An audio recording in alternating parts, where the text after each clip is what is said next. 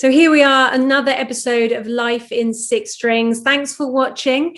If you like this episode, there are a load more up on my channel, so please go and check them out. And I've got a load more coming as well, so please subscribe to the channel so you don't miss out. Okay, so this leads me on to my guest today. At the age of 15, he was playing with the Allman brothers.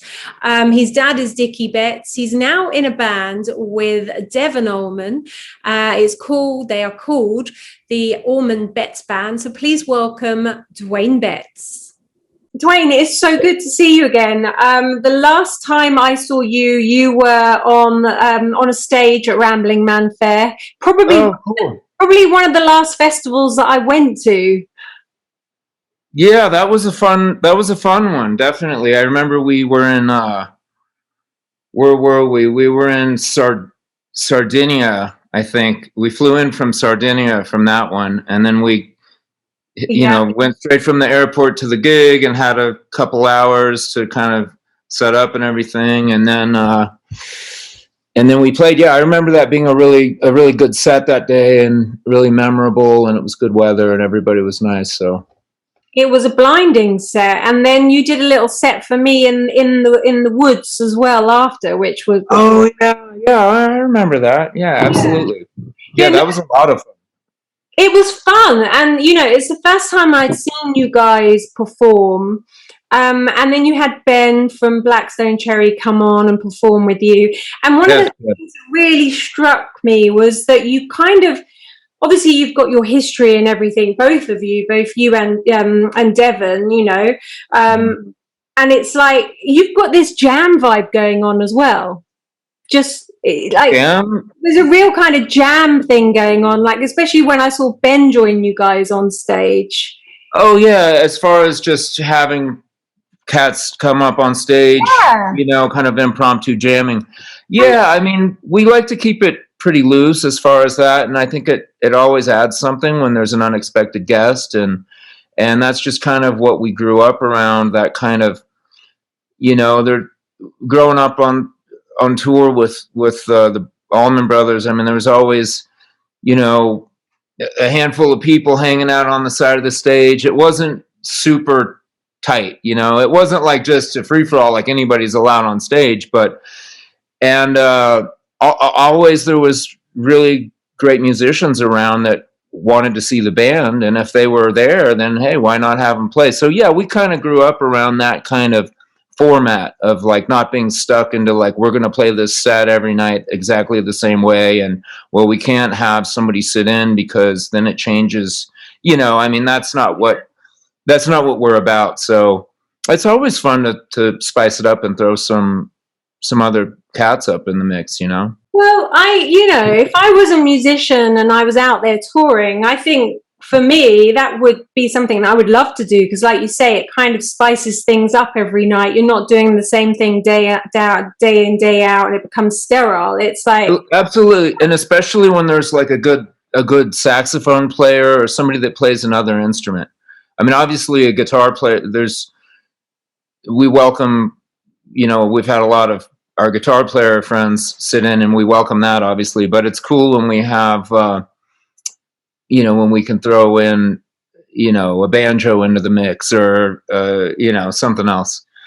But, and is it ever rehearsed, or is it literally like you say, we've got a sax player? Well, I mean, you go over the tunes. I mean, it's pretty much, hey, we're going to play this, you can follow that, right? Or, that. I mean, just play something they'd never heard before, but, and and vice versa. I mean, I love to sit in with people. I mean, I'm pretty comfortable. I've done a lot of sitting in with people, and, I love doing that as well on the other side of it, being on the other side, No, I kind of like to throw myself into situations that are challenging, and that I have to really listen and kind of stay out of the way and make sure I don't mess it up, and that's kind of one of the things that you have to know how to do, is just to know when not to play, Yeah, which you would never think, would you? You would just think you've got to play your heart out as much as you can all the time. But there is an art to that as well, with knowing when to play it. Well, when you have three guitar players on stage in our band, I mean, we have 3 guitar players on stage all the time. So yeah, I mean, there's definitely, yeah. I mean, anybody that knows how to play knows that that's the case. You can't all just play the same thing through the whole thing and just, you know. Of course, it depends what kind of music you're playing. You know, if you're a metal band, if you're Iron Maiden, then you can double up parts and it sounds great. You know, I don't know. That's a deeper rabbit hole. Yeah, can you imagine Iron Maiden? I can't imagine them having that kind of jam vibe either. Well, they have 3 guitar players, if I'm not mistaken. Now, I mean, they have fantastic guitar players. Yeah. It's a different. For me, I just feel like that. Oh yeah, they don't just have like, oh yeah, so and so's here, so we're gonna just have them up for Rime of the Ancient Mariner. Yeah. Interesting. So yeah, I'd like to see it. So obviously your dad's Dickie Betts. You're named after. Sometimes I forget who my dad is, but I know. Sorry, I don't want to talk about that because No, it's okay. I don't mind talking about my daddy. I mean, he's a legend, and he's. I actually just was spending time with him down in Florida, and we had a great time, and he's doing really well. So, no, it's okay to bring him up. I'm not opposed to that. No, I mean you're an incredible musician in your own right as well, and well, thank you. You are, So, but you've got this. So your dad is Dickie Betts. Then you're named after one of the greatest guitar players of all time. Was music for you always a career that you wanted to go down? I mean, I was always drawn to it. I played drums at a really young age. I started playing drums, and I fell in love with that, and I practiced. Around the clock, I was banging on the drums, and the neighbors, 2 blocks away could hear it. And everybody was pretty cool about it. I didn't play like into the night, but I just got really into playing drums and listening to different records and playing with my Walkman on and, my headphones. And so that kind of shifted over to guitar, I'd say around the age, I think I was about 13 when I started picking up the guitar, and really things started coming more easily to me, and I decided that I really liked it and that it was more expressive. You could play melodies, you could do things that you couldn't do on the drums, and so that's when I kind of gravitated more towards the guitar, and then I, so on and so forth. You start getting into deeper, you start getting into the old blues records and jazz and all kinds of stuff. In my teens, I was spending all of my money. I had a job as an assistant guitar tech I was working with Dan Petty, and for those of you that don't know, he was the original guitar tech for the Allman Brothers band, and he passed away some time ago, probably about 20 years ago, in an airplane accident, I think. But he was my dad's main buddy and guitar tech for most of the course of his career up until Dan's passing. But anyway, I worked under him as kind of his apprentice and strung some guitars and set up some amps and that sort of thing. I was working, so I made money, and I spent every bit of it on CDs. I would get my paycheck, and then we'd be in LA or wherever we'd be, and I'd go hit the best the best record store and CDs. We were all buying CDs at that time, so I spent all my money on CDs. So, what kind of stuff were you listening to? Oh, everything from like Ravi Shankar to like to John Coltrane to I mean, I was listening to like some of the more current like alternative stuff. I mean, like the obvious ones would be like when Nirvana first hit, I was in Alice in Chains and kind of the more like shoegazer, like Swerve Driver was an English band that was kind of, I saw them opening up for Smashing Pumpkins when I was like 15 or 16, before Smashing Pumpkins really broke. And I thought they were really cool, so I got really into them. I mean, a lot of stuff, but definitely, you know, I during that time I was listening to a lot of different records and just discovering stuff. Yeah, which I think if you want to be a musician is probably a good idea.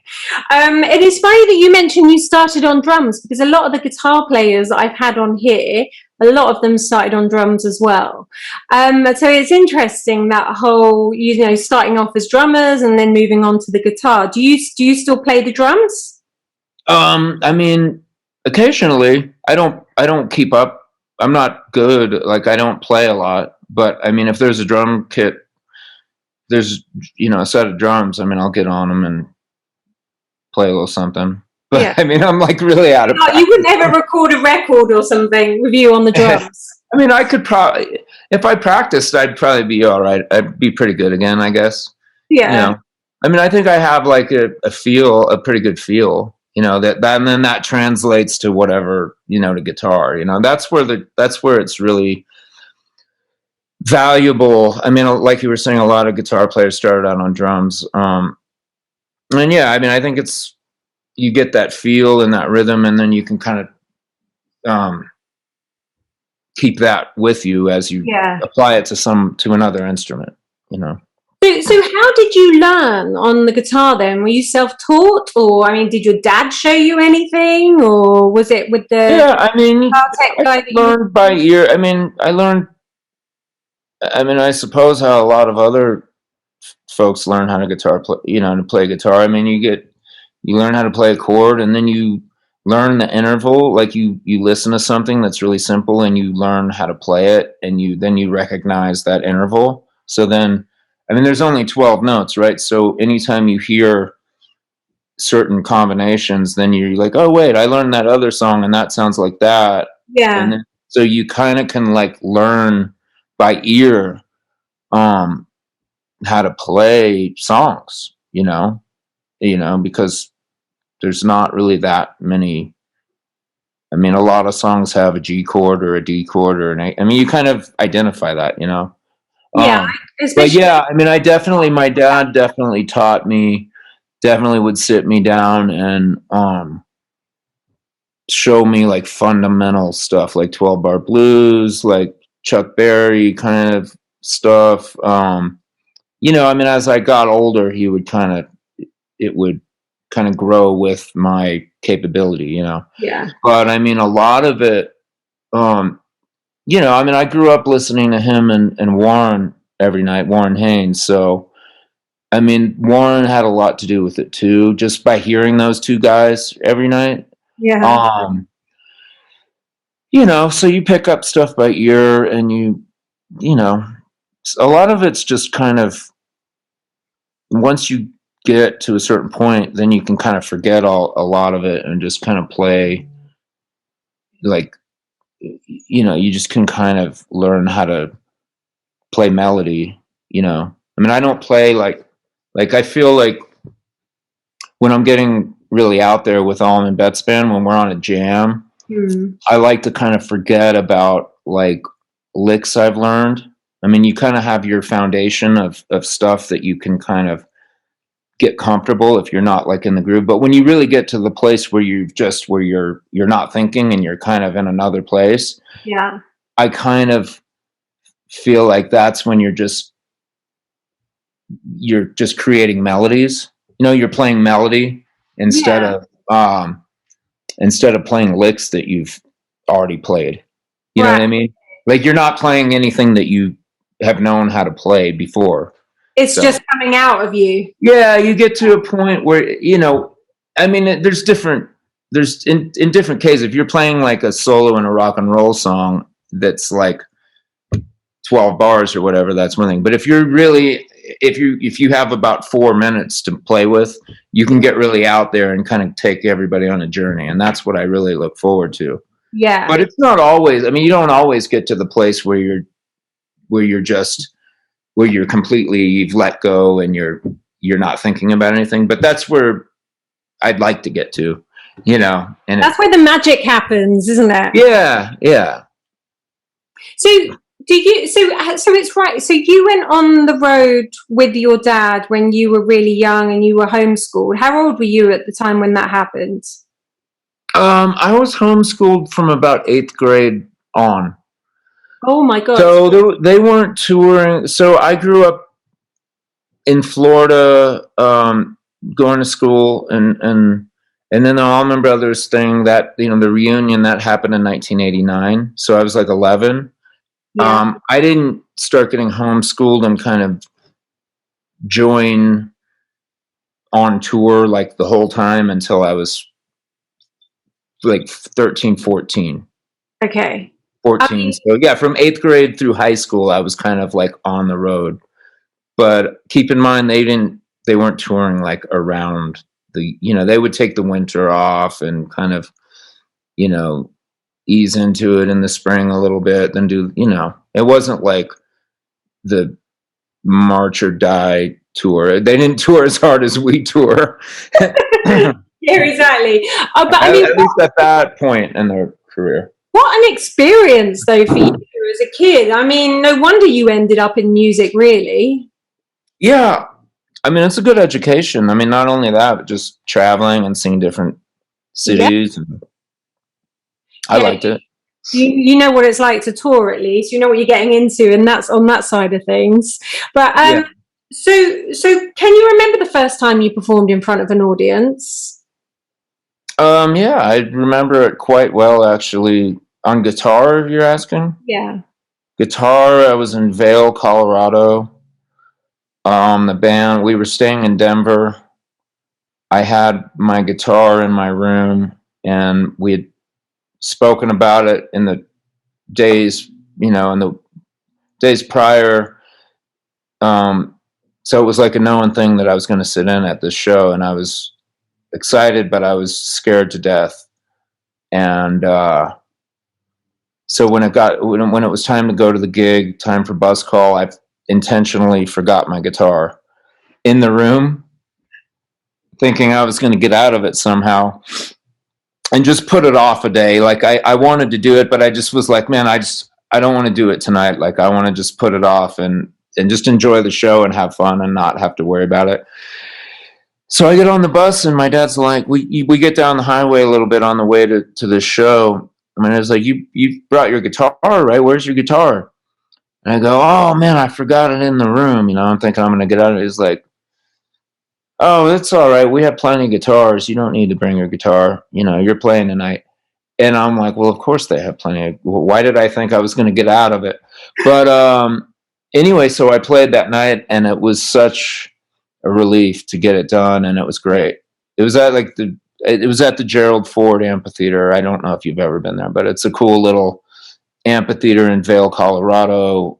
And so that's when I played. And then the next time I played, it was a few nights later, and we were in Oklahoma City, and I broke a string and froze like a deer in headlights. Like it was like solo. So I turned my volume all the way up to solo. Yeah. Go into the first note. I bend a string like I mean it. You know, I'm going to bend this string and let them know I'm here. Volume all the way up on the guitar, and bam, that sucker pops. And I just tried it. I don't know. I did something, but I felt like I didn't know what to do, and I was mortified, and I came off stage, and I think I had my head down in my hands, and everybody was coming up to me, consoling me, like rubbing my back, and it was hilarious. But anyway, that was probably the worst experience I had. And then after that, it was pretty smooth sailing.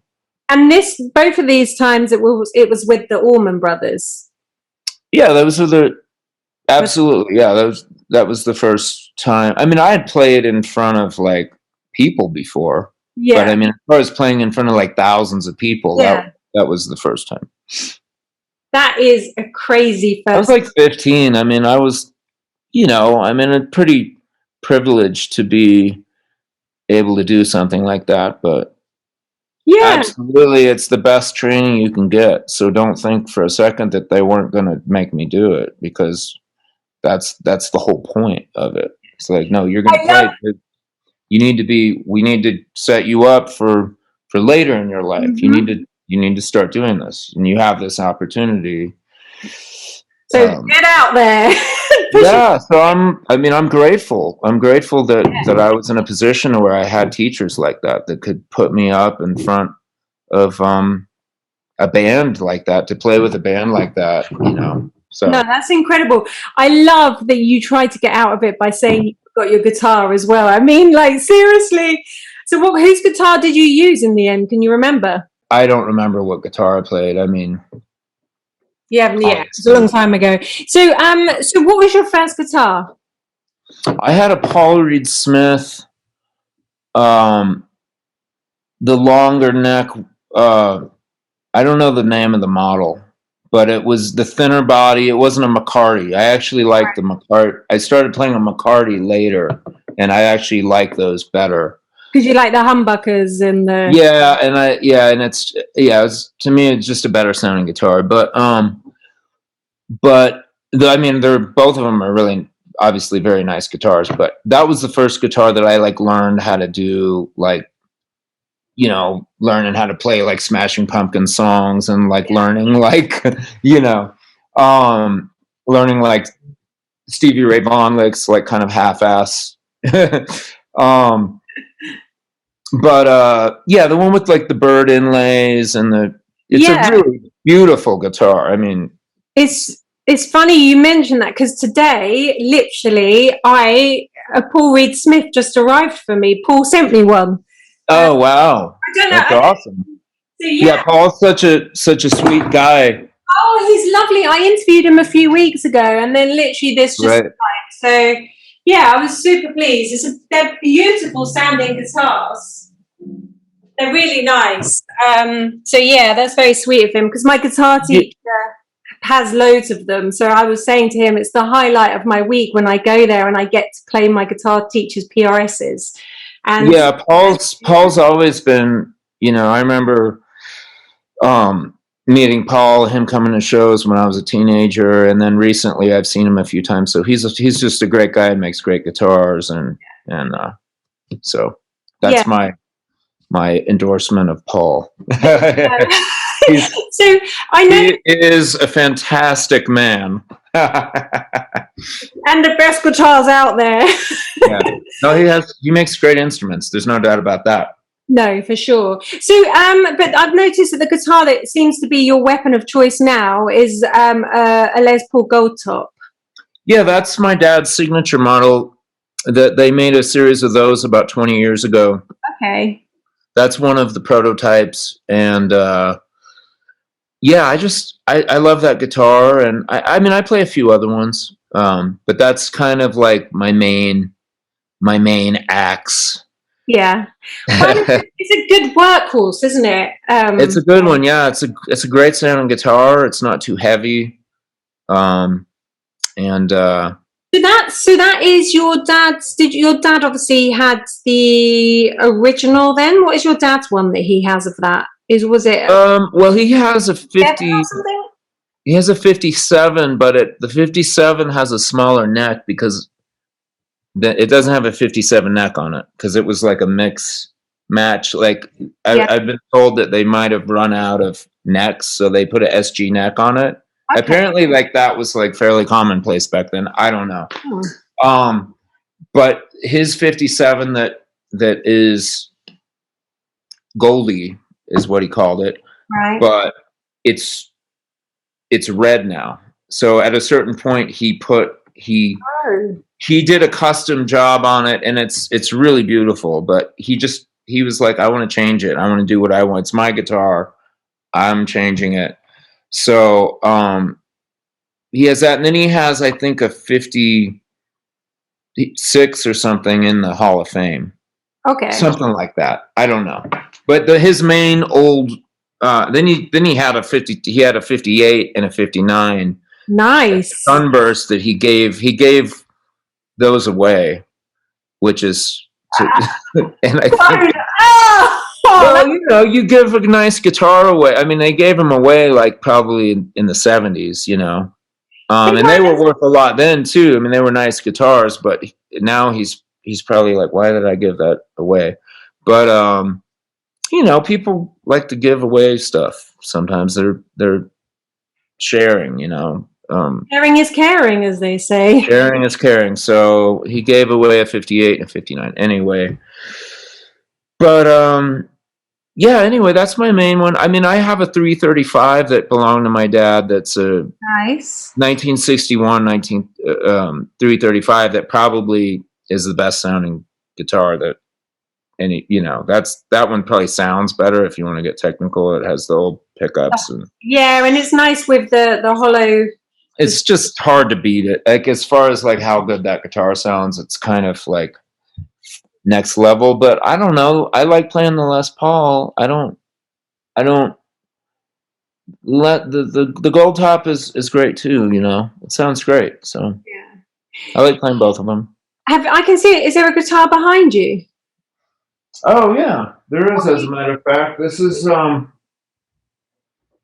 have this one tuned down to down a half step.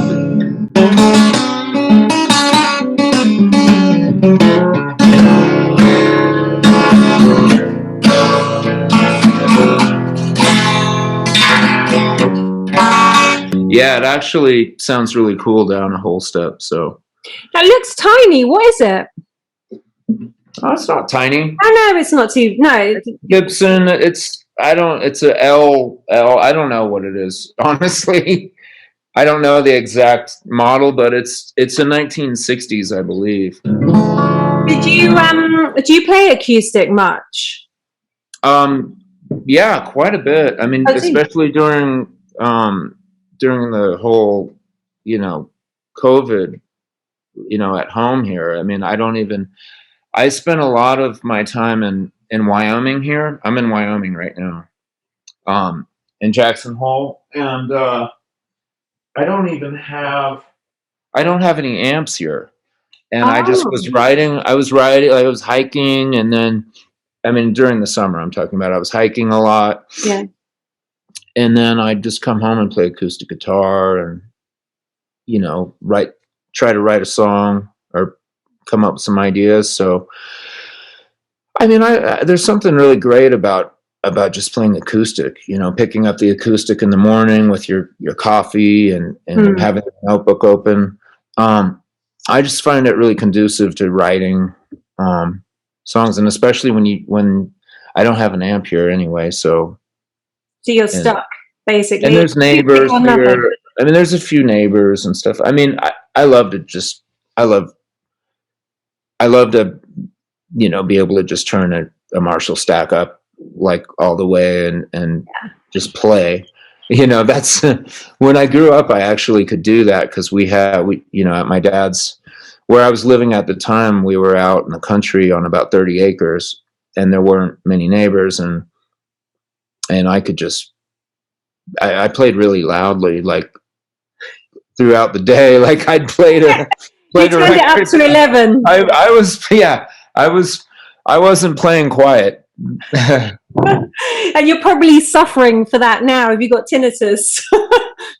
Yeah. No, I still have my hearing.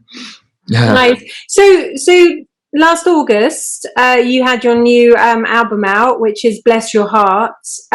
Did you write, how did this come about? Did you write it during lockdown, or was it all done before? No, we wrote the songs before lockdown. A lot of them we just wrote backstage. It was kind of both of the records that we've made with the Allman Betts Band kind of were done the same way. Devin, Allman, and myself, and our friend Stahl Vaughn, who's not in the band, but he's a great songwriter. We brought him in, and the three of us kind of, you know, shaped helmed the songwriting process. Yeah. And then Barry brought in a song, and we did our friend Cisco Adler brought in a tune that Devin really wanted to sing, so we brought in one of his. But more or less, they were all written backstage and in hotel rooms. Okay. On days off, we just kind of carve out a week or so and fly stall out. And sorry. That's all right. But yeah, I mean, sometimes when you do that, I mean, you can come up with like 4 or 5 ideas and none of them are really worth a damn.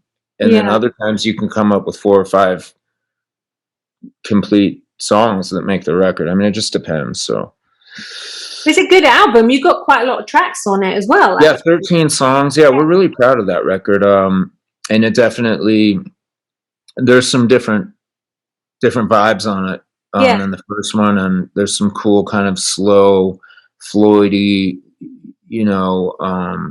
kind of beat. There's a tune called The Doctor's Daughter that has kind of a George Harrison kind of Pink Floyd thing. I wrote an instrumental that's it's like 13 and a half minutes long. And we really love playing that one live. It's called Savannah's Dream. Yeah, I mean, there's some just fun rock and roll songs on it. There's a bit of everything. And like you said, you've got 3 guitarists in the band. Yep. And then you sing as well. Devon sings. I mean, how does that work? Do you kind of just, if you wrote the song, then you get to sing it, or do you sound? That kind of it hasn't really been hard to figure out who's singing songs yet. You would think it would be more difficult to decide, well, who's going to sing this? I want to sing it. Well, I want to sing it too. It hasn't been difficult at all. Okay, good. Usually it's kind of obvious, like, who should sing it. And some songs we each sing a verse and sing the chorus together. So, yeah, we haven't run into that problem yet. We'll see what happens with the next record. So we get in a fist fight over, well, no, I'm singing it. I've jinxed you now. Now you've said that. You're like, this next album's going to be a nightmare. Have you started working on another album or anything, or songs? I've started writing. Okay. Started writing for it. Yeah, I mean, we've kind of got it started, got an idea for it, but I mean, we're not too far into it yet. But hopefully we can go in and do another one, not too far away. Okay, that's pretty cool. Great. Yeah. So then that means you've got something to look forward to then, because I mean. Oh, always. Yeah, we're not going to stop making. We're going to just keep on turning them out. Turning out records. Yeah. So that's good. So there's a new album potentially in the pipeline, and then what else is happening with you guys? And because I know that you do a lot of side projects as well. Is there anything happening there? Right now, we're not doing a ton of. I mean, as far as me, I'm speaking for myself. I mean, Devon has a record label. Yeah. He just signed his second artist and he's putting out an EP with the River Kittens, which is 2 girls from St. Louis. They're really cool. Like it's like Americana. So he's working with them. But I mean, I'm definitely going to do a solo record at some point in the not too distant future. I can say that.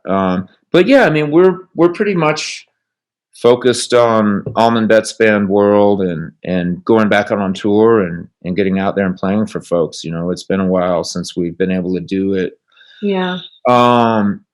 We've gone out and done a few socially distant things and some drive-ins when it was warm, and now that'll kind of start back up because of it's spring, but we're just excited to get back out on the road and eventually get back to where we're playing shows the way we were playing before, where it's just like normal. But we'll see when that happens, but it looks like we're getting closer. So yeah, it's exciting, to see other artists booking tours and putting dates out on social media. So yeah, we're definitely excited about that. And because we haven't been able to tour for this record, we haven't even played all the songs on the record. I mean, there's 13 songs, but we've played probably over half of them. Yeah. But, we haven't done a lot of touring. So it's like we haven't exactly been able to even play all the songs yet. Well, I always think that's quite a good thing in a way, because that means that when you get out there and you start playing those songs live, everyone's going to know all the words to them. They're going to be singing along, and So I guess there's that on the plus side, if you want to try and look. Yeah, no, it's definitely it's been a unique experience putting out a record and not being able to tour. Yeah, but at the same time, I mean, no one has been able to really tour, so it's not like you are just on the sidelines watching everyone else go do all the shows that you were supposed to do. And so I mean, it's been, you just take it for what it is. I mean, you're just like, okay, well, this is what's happening. This is what the universe is offering right now. Mm-hmm. But yeah, it's very exciting to get back out on the road and play some of these songs for people. Now, I know, like we were just saying, the last 2 years have been a bit questionable, but are you enjoying what you do? Do you still love being a musician? Oh, absolutely. I love touring. I love playing music. I mean, there's nothing more exciting than walking on the stage when there's no one in the audience, before you even hit the stage, which would be the most exciting thing. But I love just walking on stage at the venue for the first time and plugging in and just playing when no one's there, and then doing the show, and then you're off to the next town. I mean, I love that. I kind of was telling somebody, when you can be really excited about going to the next town, and the next town is just kind of like another town. It's not like the most exciting place in the world, but you're like really excited about it. That means that you love touring, and I find myself getting excited about going to, like, I don't know, Topeka, Kansas, or wherever, like random places that you get to go play again, and we actually like do this for a living. So yeah, I love it. And I don't think that'll change. No, I mean, you've been doing it for too long, haven't you? I think that's the thing for you, especially, and also you knew what you were getting yourself into. Yeah, I mean, the touring, I don't know if you're referring to like being on tour or on a bus with 13 dudes and kind of being away from your family and not being with your puppy. And that's kind of one of the funny things, is that this whole COVID thing, you kind of are like, feel like, well, am I going to be able to do it, man? Am I like too soft now? This has kind of made me a softie, am I going to be able to go be a road dog again, And it's kind of like, I'll be able to do it. You just got to get out there and put your boots on and get into the rhythm of it, Yeah, and I know what you mean. It's like that rhythm is what it's all about. The rhythm, you're in a new town, you go get, you find a cool place to eat, you find a good coffee spot, you get your sound check done, you do the gig, the gig should be like the highlight of the day, and then you roll down the highway and go to a new place and go do it all over again. I mean, it's what we do, It is what you do. But I know what you mean about that. It's kind of like, like I'm kind of enjoying being in my pajamas at like 8 p.m. every night. And you're like, oh God, who am I? And what has become of me? Like, am I going to be able to do? Yeah, no, you'll be able to do it, Duane. Like, Your wife is like, get out. I've had enough of you seeing your face. No, well, listen, look, thank you so much for coming on the show. It was good to see you again, and I'm pleased that you're doing well and absolutely great music. Yeah, thank you for having me. It's great to see you again, and hopefully we'll see you all soon over there across the pond. We will indeed. Yeah, we'll see you up on that stage very soon, no doubt. So cool. Take care. All right.